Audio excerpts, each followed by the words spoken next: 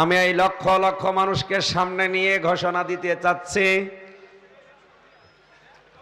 এদেশে চোর, ডাকাত, খুনি, সন্ত্রাসী, চাঁদাবাজ, জেনাকার সব মামলা হলেও জামিন পেয়ে যায়, শুধু আলেমরা জামিন পাচ্ছে না।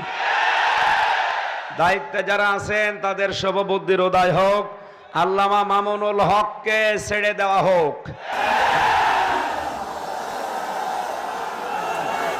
আলহামদুলিল্লাহ ভাই।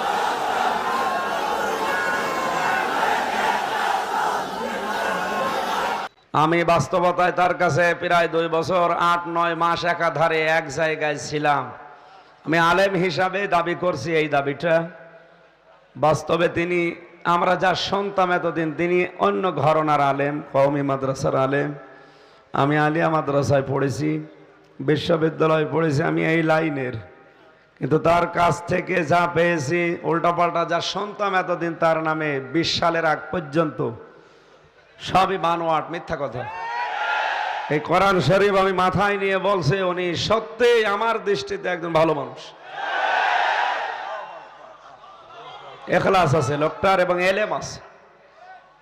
ওনার কাছে মাওলানা শাকাওয়াত হোসেন রাজি সহ আরো যারা আলেমরা ছিলেন, আমি অনেক কিছু তাদের কাছে প্রায় 3টি বছরে পেয়েছি। আল্লাহ তাদের জীবনের ভালো ভালো কাজগুলো যেন কবুল করেন। মানুষ হিসাবে শয়তানের ধোঁকায়, নফসের জালে পড়ে যদি কোনো অন্যায় করে থাকে, আল্লাহ যেন মাফ করে দেন।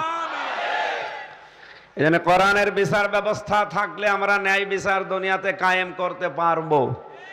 সুতরাং আমাদের জননী শেখ হাসিনা থেকে শুরু করে যারাই দায়িত্বে আছেন, আপনাদের এখন ইমানের দায়িত্ব কোরআনের বিচার ব্যবস্থা চালু করা।